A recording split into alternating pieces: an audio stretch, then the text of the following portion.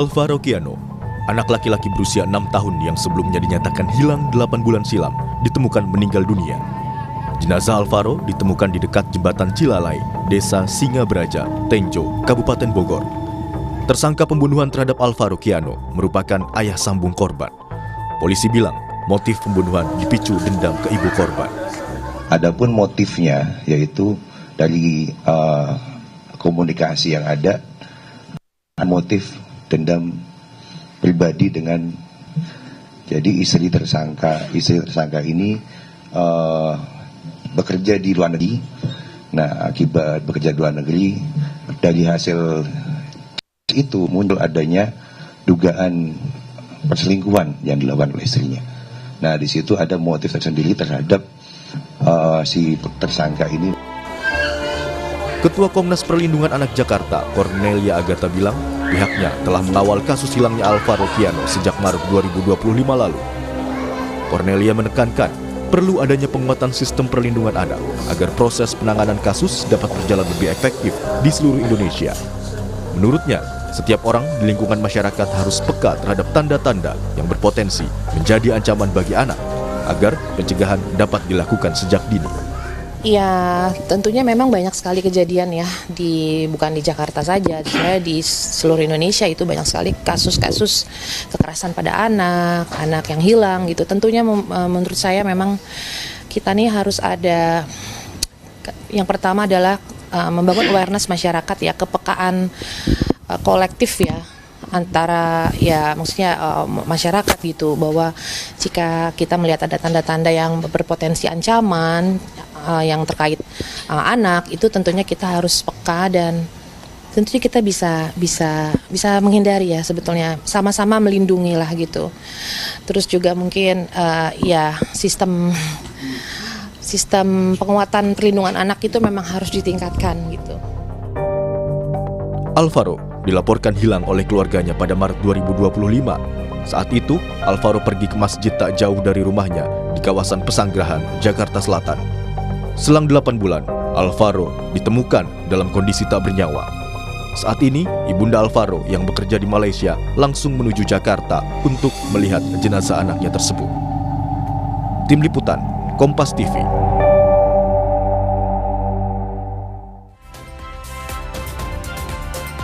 Pilu, saudara. 8 bulan dicari bocah 6 tahun Kiano Alvaro yang dilaporkan hilang akhirnya ditemukan, namun dalam kondisi meninggal dunia.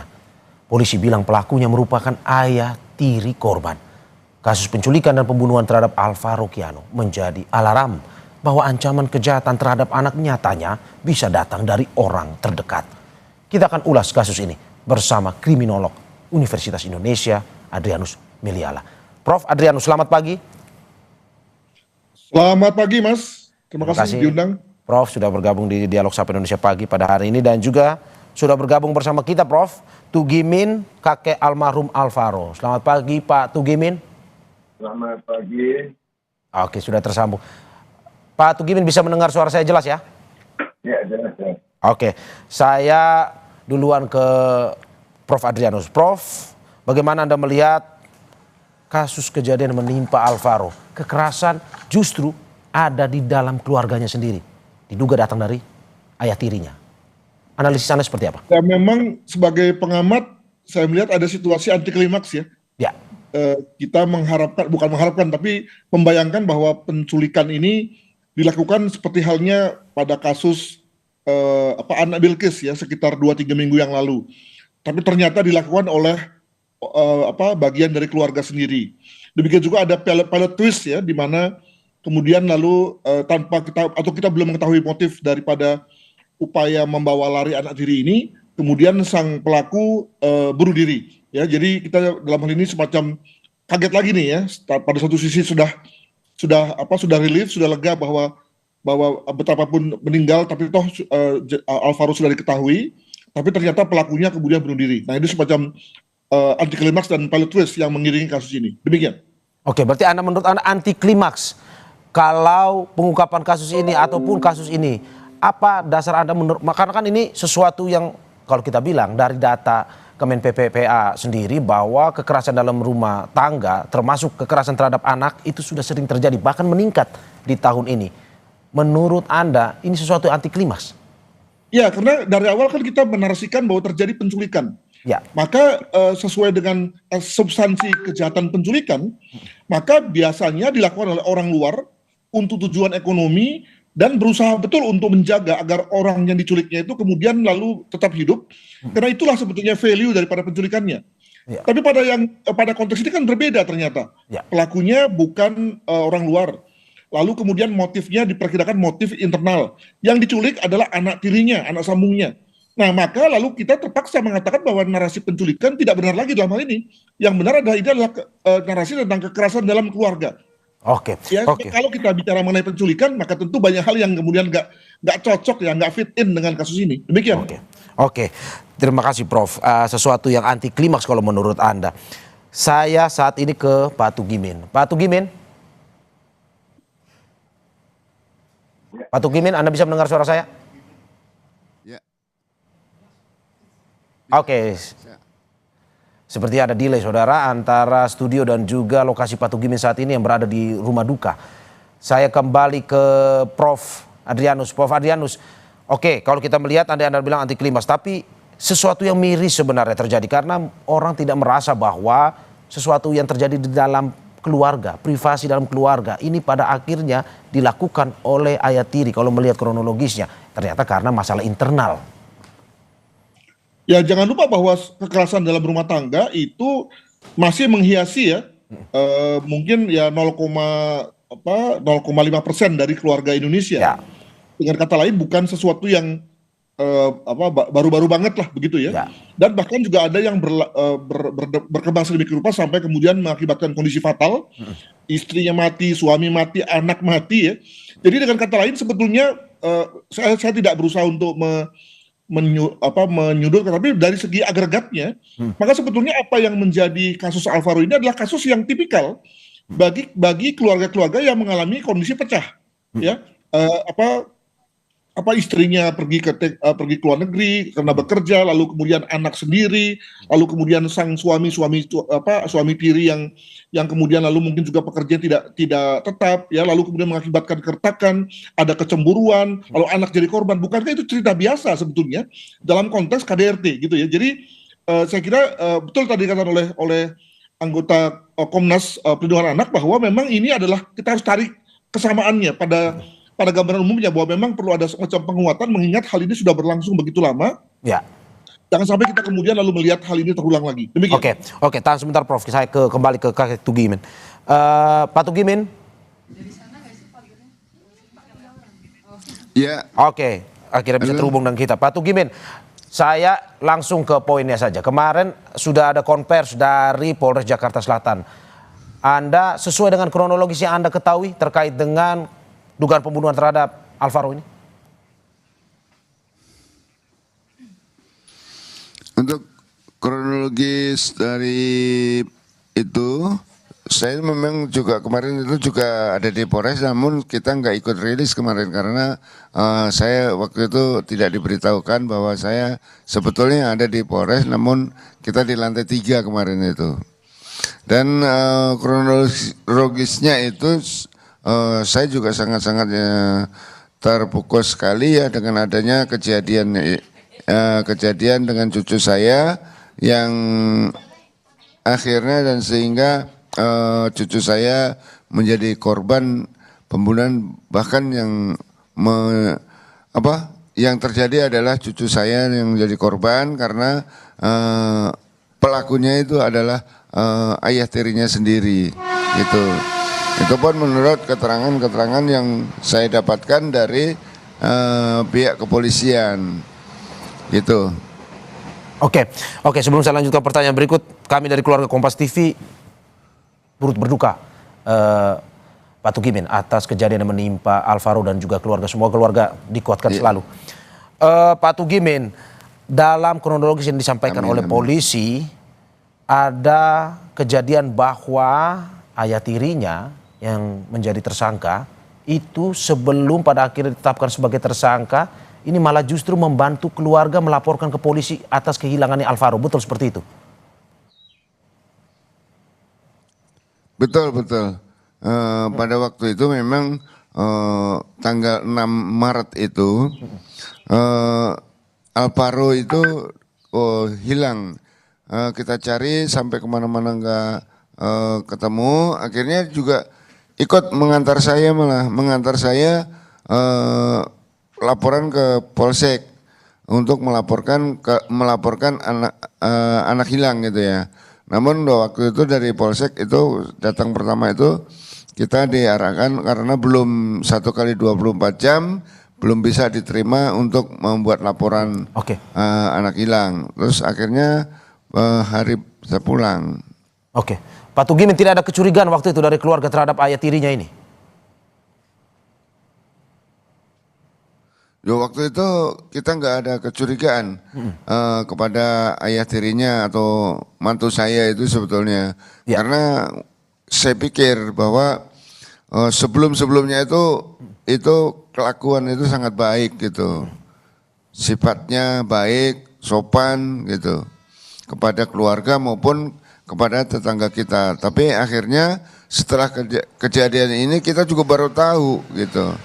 Kalau di balik kebaikannya itu ada hal-hal yang akan menyebabkan suatu musibah atau bencana bagi keluarga saya gitu. Oke, tapi apakah Anda pernah tahu bahwa selama ini ada permasalahan yang terjadi antara pasangan suami istri, ayah tiri dari Alvaro dan juga ibu kandung Alvaro, anak Anda? Ya, kalau namanya rumah tangga mungkin pasti ada ya. Namun walaupun itu hal yang dialami dari suami istri itu memang pernah terdengar. Namun semuanya itu kan kita arahkan untuk supaya jangan ada keributan-keributan di dalam rumah tangga dan supaya berjalan dengan sebaik-baiknya. Apapun kesalahan ya, namun jangan diperbesar gitu, maksud saya sudah saya katakan seperti itu. Ya. Namun ya kenyataannya akhirnya membawa suatu bencana kepada keluarga kami. Ya, oke. Saya kembali ke Prof. Adrianus. Prof. Adrianus, bagaimana Anda melihat ini bahwa keluarga, ya tadi seperti Pak Tugimin bilang, tidak mencurigai adanya seperti ini. Ini muncul dari permasalahan internal keluarga dan juga pada akhirnya ya keluarga pandai untuk, atau ayah tirinya pandai untuk menyembunyikan sesuatu yang ini merupakan kejadian besar sebenarnya. Melapor ke polisi padahal diduga ayah tirinya sendiri adalah pembunuhnya. Menurut Anda seperti apa ini? Ya, saya berusaha membayangkan apa yang terjadi dengan Alvaro dan ayah tirinya setelah disekap ya, atau setelah diculik lah begitu kalau kita pakai istilah penculikan. Dikatakan bahwa selama diculik lalu kemudian Alvaro dibunuh atau mati paling tidak dalam penguasaan ayah tirinya. Itu bagaimana ya? Itu nanti mungkin bisa ditanyakan kepada Pak Tugio. Karena saya berpendapat begini, kalau memang dalam hal ini antara Alvaro almarhum dengan ayah tirinya itu dekat dan ya tahu siapa dia dan dekat dengan sang bapak sambungnya, maka artinya dia akan mau saja dibawa kemana-mana gitu ya. Sehingga lalu saya berpendapat bahwa 8 bulan pun ya itu tentu lalu kemudian menjadi hal yang bisa diterima karena tadi sang Alvaro itu kemudian bersama-sama dengan ayahnya. Nah, kenapa mati ya? Apakah betul bahwa mati itu pada waktu awal-awal yang bersangkutan itu diambil oleh ayahnya? Dengan kata lain saya menduga nih bahwa Alvaro itu misalnya walaupun dia sayang ya, walaupun dia tahu bapaknya tapi merasa tidak nyaman tiba-tiba berada di tempat yang baru gitu ya, maka kemudian dia meronta, sakit dan kemudian lalu meninggal, atau memang dibunuh oleh ayahnya, atau sebetulnya Alvaro sempat hidup selama beberapa bulan sampai misalnya pada usia 7 atau 8 bulan penyekapan, barulah kemudian dia sakit, dan setelah sakit lalu meninggal. Nah, maka lalu kemudian sang bapak memberitahu kepada polisi dan juga kepada Pak Tugio misalnya. Nah, itu hal-hal yang dinamika yang menurut saya perlu diketahui ya oleh kita semua. Sayangnya pelaku meninggal ya, sehingga kita nggak bisa mendapatkan apa yang sebenarnya terjadi pada masa periode 8 bulan itu. Demikian. Oke, Prof, saya mencoba untuk memperjelas bahwa dalam berita yang disampaikan, Alvaro setelah diculik pada bulan Maret, tidak lama setelah itu dibunuh oleh ayahnya dan kemudian jasadnya itu dibawa ke tempat tinggal yang berada di Tenjo, di mana lokasi terakhir kemarin ditemukan oleh polisi. Itu yang beredar. Menurut Anda seperti apa? Kalau dari Ya, justru ada semacam kontradiksi ya, kalau memang mau membunuh anak tirinya, ya kenapa harus disekap dulu? Kenapa tidak langsung saja ya, begitu ya? Jadi saya menduga bahwa memang pertama-tama memang si pelaku ini memang ingin mengambil si anak tirinya untuk sebagai satu tekanan, ya, sebagai satu tekanan kepada istri untuk misalnya mau mengikuti permintaan dari sang suami. Nah, tapi mungkin juga karena istri nampaknya tidak menggubris, lalu kemudian sang anak rewel, ini kita menduga-duga ya Pak Tugio ya, mohon maaf ini, sehingga kemudian lalu atau sakit juga, maka lalu kemudian sang ayah kalap dan kemudian lalu kebablasan dan menewaskan anaknya. Mungkin begitu kalau begitu. Oke. Pak Tugimin, saya kembali ke Anda. Kalau melihat hubungan antara Alvaro almarhum dengan ayah tirinya, bagaimana Anda melihat? Apakah memang selama ini ditunjukkan ada sifat-sifat anarkis atau sifat-sifat keras yang temperamental yang ditunjukkan oleh ayah tirinya atau bagaimana?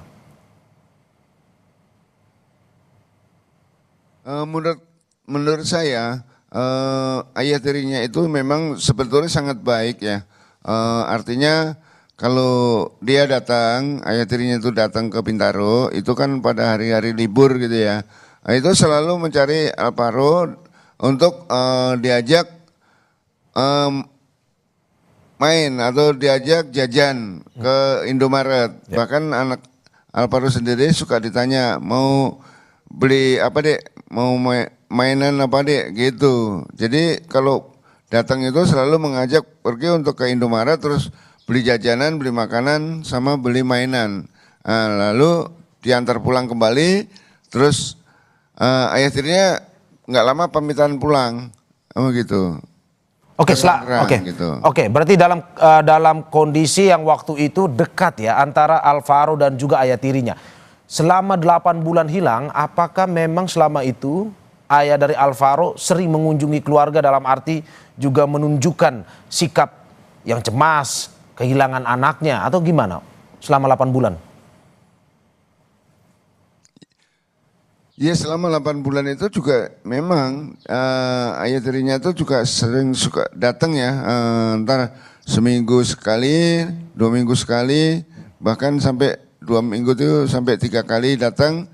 Dan pada waktu Alvaro hilang pun dia selalu ikut mencari, mengajak istrinya untuk mencari mutar kemanapun ada petunjuk-petunjuk, di mana ada petunjuk dia langsung jalan sama istrinya, dan bahkan tidak ada merasa dia itu sebetulnya sudah mempunyai rasa bersalah, tapi tidak ada. Bahkan biasa-biasa aja dengan keluarga kita, dengan istrinya di rumah sini itu kalau datang itu seperti itu. Bahkan sering mengajak mencari, ayo kita cari ke sana. Ya mereka jalan berdua juga sama istrinya gitu. Oke, terakhir tersangka atau diduga ayah tirinya ini melakukan pembunuhan terhadap Alvaro ini kan oleh polisi, Pak Tugimin. Apakah sebelum itu, sebulan ataupun beberapa hari sebelum itu, dari pihak keluarga sudah mencurigai gerak-gerik dari ayah tirinya? Mungkin ini diduga juga nih pembunuhnya, atau sama sekali sebelum akhirnya polisi yang menetapkan sebagai tersangka? Sebetulnya tidak ada ya kita mencurigain, menduga-duga, sebetulnya itu tidak ada, karena perilakunya itu baik sekali gitu loh, dan menyembunyikan gerak-gerik bahwa dia sebetulnya dia pelakunya itu sebetulnya tidak kita curigain, karena apapun perilakunya dia itu memang sangat-sangat baik dan biasa gitu, tidak ada rasa mencurigain gitu. Bahkan kemarin karena itu dari pihak kepolisian dan dari Resmo pun juga istilahnya akhirnya menggali keterangan-keterangan yang detail kembali kepada keluarga kami sehingga ditemukan titik temu atau titik terang bahwa akhirnya ditetapkan sebagai Tersangka. tunjuk sebagai bahwa ini pelakunya gitu.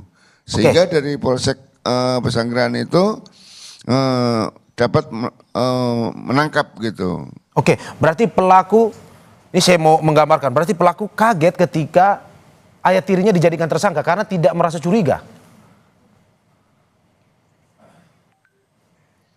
Betul. Karena tidak merasa curiga dan bahkan terakhir itu hari apa itu sebelum itu langsung ditangkap dan rumahnya pun langsung digaris polisi. Oke, saya ke Prof. Adrianus. Prof, bagaimana Anda melihat bahwa cerita dari Pak Tugimin ini, pelaku dari 8 bulan hilang atau sebelumnya ini mempunyai hubungan yang harmonis antara ayah tirinya dan anaknya. Bahkan selama 8 bulan pun keluarga dalam tanda kutip ya bisa dikelabui dengan sifat ataupun cara dari ayah tirinya ini yang memang tidak menunjukkan bahwa dirinya adalah seorang atau terduga pembunuh. Nah, menurut Anda apakah ini ada indikasi mungkin saja ya ini ada kegangguan jiwa dari si terduga dari si tersangka ini? Ya memang terdapat situasi tidak konsisten ya. Ya. Kalau di awal dikatakan bahwa motifnya adalah karena tidak senang dengan Ibu Alvaro, ya ada semacam ketegangan antara suami istri, ya hal mana itu adalah hal biasa, sehingga lalu kemudian anak dijadikan umpan lah begitu ya. Nah tetapi kemudian lalu setelahnya tadi dikatakan oleh Bapak bahwa hubungannya baik-baik saja, ya kan? Ini kan satu hal yang tidak konsisten. Demikian juga kalau misalnya dia benci dengan Alvaro sebagai satu bentuk representasi kebencian terhadap istrinya, ternyata menurut Bapak itu dia sayang dengan anaknya. Sorry, yang tidak, sorry Prof, saya potong. Yang tidak konsisten ini kronologis dari polisi atau pengakuan dari keluarga? Bukan, tentang si tersangka, si pelaku ini, ya. Jadi kalau kita memakai pendekatan bahwa dia adalah orang yang benci dengan istri dan anak, maka ternyata tidak, gitu kan? Ya. Kalau dia dikatakan sebagai orang yang jahat atau orang yang tidak berhubungan baik, ternyata tidak, begitu. Jadi tidak konsisten. Nah, apa dong kalau begitu alasan dia mengambil anaknya? Itu saya bisa memahami itu. Ada kemungkinan misalnya dia ingin menghentarkan sang istri bahwa agar kemudian lalu misalnya balik ke Indonesia atau semakin baik dengan dia. Atau juga dengan begitu lalu kemudian dia makin perhatian pada anaknya misalnya begitu ya. Demikian juga dia mengambil anak itu lebih dalam konteks kemudian lalu memberikan perhatian bisa saja. Tapi lalu kemudian soal meninggalnya ini yang saya kira lalu menjadi tidak terlalu jelas bahwa apakah benar anak ini itu karena meninggal karena sakit, karena dalam hal ini karena tinggal di tempat yang baru sendirian jauh dari kakek nenek gitu ya. Maka kemudian walaupun dia bersama dengan bapak dirinya, dia lalu merasa terganggu dan sebagaimana kita ketahui anak kan sensitif ya, sehingga lalu kemudian dia sakit dan kemudian lalu makin lama makin menurun dan kemudian tewas atau sengaja ditewaskan oleh ayahnya. Hal mana kalau yang kedua ini sekali lagi ini lalu berbeda dengan anggapan yang dimunculkan oleh mertua. Nah ini yang menurut saya masih satu misteri ini, entah dengan cara apa kita kemudian bisa mengetahui motif ya, dan juga kemudian sebab matinya. Apakah memang benar karena penyakit atau karena dibunuh? Itu saya kira perlu menjadi kejelasan. Oke, kalau dari kronologis polisi kan kemarin memang sengaja dibunuh oleh ayah tirinya, Prof. Ya itu dia, itu juga tidak konsisten.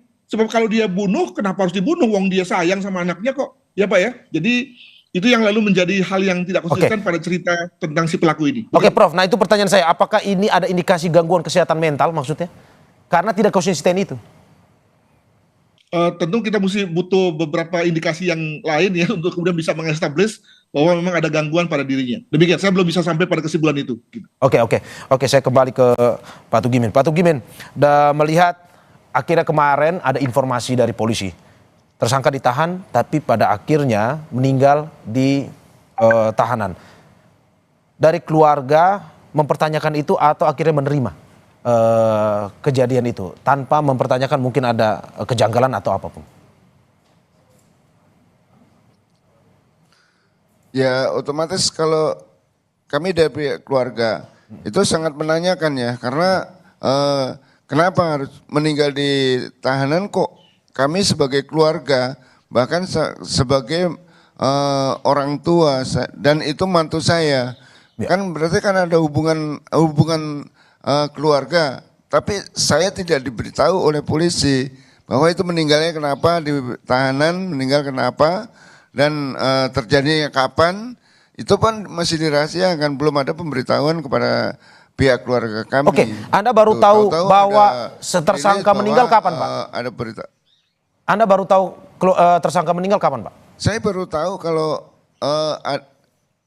ada berita yang bahkan hari Senin itu saya baru ada kabar, ada berita ya bahwa itu mantu saya atau bapak tirinya Alvaro itu meninggal gitu di tahanan gitu. Itu pun penyebabnya apa dan kapan terjadinya saya juga tidak tahu. Namun waktu hari Minggu itu sebetulnya saya ada di Polres. Ya. Tapi dari pihak Polres juga tidak ada mengatakan apa-apa. Karena saya mengantarkan berkas laporan dari akte kelahiran Alvaro dan kartu keluarga dan kartu KIA. Ya. Itu kita antarkan ke Polres. Namun tidak ada berita gitu dengan saya gitu loh. Kabar dengan saya gitu. Oke, dari keluarga merasa sesuatu yang janggal kah, Pak? Akhirnya baru diberitahu setelah tersangka meninggal. Ya, tentunya aja saya merasa heran dan merasa janggal karena apa? Pemberitahuan itu setelah kita mendengar berita atau berita bahwa ayah tirinya itu meninggal karena ini di tahanan gitu loh. Oke, ini akan membuat apa yang akan dilakukan keluarga dengan rasa kejanggalan ini? Apakah keluarga nantinya akan mempertanyakan keputusan polisi? Karena kan salah satunya saksi kunci ya tersangka ini, tapi kan sudah meninggal. Dari keluarga apa yang akan dilakukan? Ya kami tetap akan mempertanyakan kenapa kok saya sebagai keluarga atau istrinya sebagai keluarga tidak diberitahukan ke rumah, bahkan dari pihak keluarga menantu saya itu juga tidak ada yang datang ke rumah untuk memberitahukannya.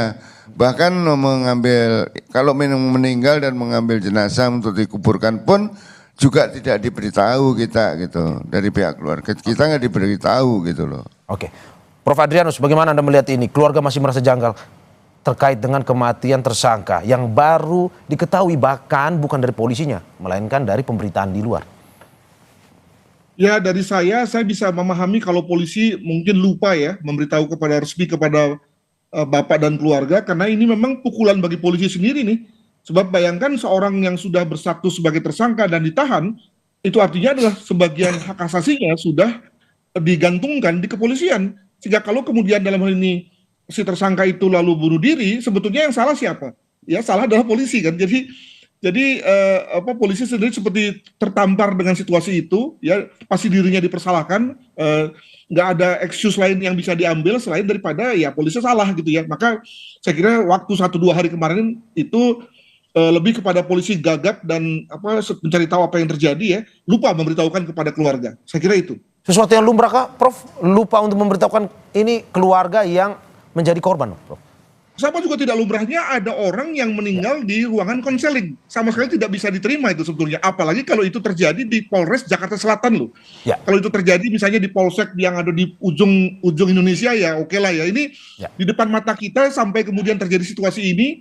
Untuk kasus yang begitu menarik perhatian sebetulnya luar biasa sih ya. Makanya lalu kemudian polisinya kaget, gugup dan seterusnya ya, lalu lupalah melihat pada pada keluarga. Prof, terakhir, saksi kunci kemarin disampaikan oleh polisi bahwa sang tersangka akhirnya meninggal di tahanan.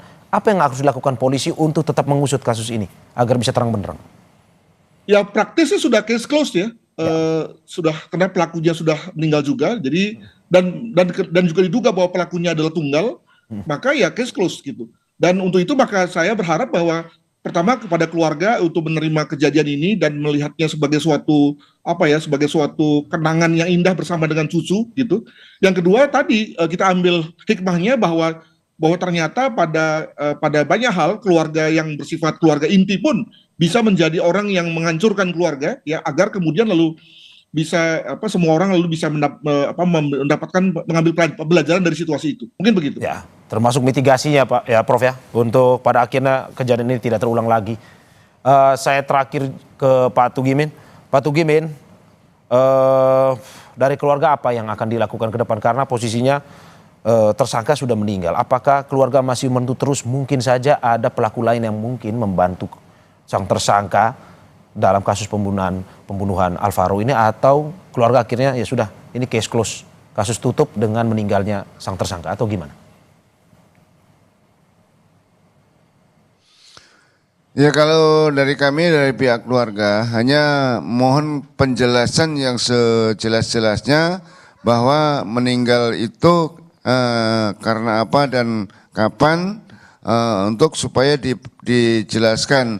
Sedangkan kemarin sudah dari Ibu Kapolsek Pesanggerahan juga sudah memang memberitahukan bahwa mengabarin dengan saya itu pada hari Minggu itu sekitar 18 kurang 17.45 ya, 17.45 itu memberitahukan kepada kami keluarga bahwa adik Alvaro itu sudah diketemukan dengan keadaan sudah meninggal dunia. Dan bahkan kemarin itu juga sudah dikatakan bahwa pelaku itu adalah ayah tirinya, namun dia juga sudah meninggal dari Minggu pagi, katanya itu jam 8. Dan kami pun kemarin juga langsung menanyakan kepada Ibu Kapolsek, Bu, memang benar ini pelaku sudah meninggal? Betul Pak, ini saya ditunjukkan foto-foto di pemakaman gitu. Waktu di pemakaman itu saya ada petunjuk dari Ibu Kapolsek bahwa ditunjukkan gambar-gambar atau foto pada waktu ada di pemakaman itu. Namun kan kita tidak melihat jasadnya, hanya melihat kurung batang dan penggalian makam dan para pelayat gitu. Itu kita sebenarnya masih mempertanyakan apakah betul itu si pelaku yang meninggal dengan cara bunuh diri gitu. Itu menurut saya juga masih sedikit agak mempertanyakan kondisi itu sebetulnya dari pihak keluarga kami gitu.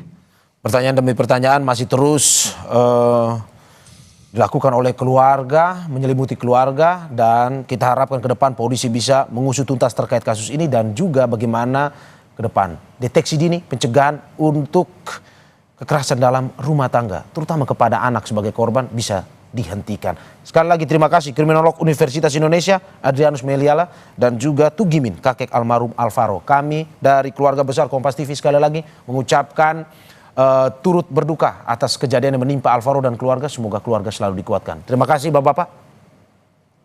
Sehat-sehat selalu. Undur diri, bye-bye.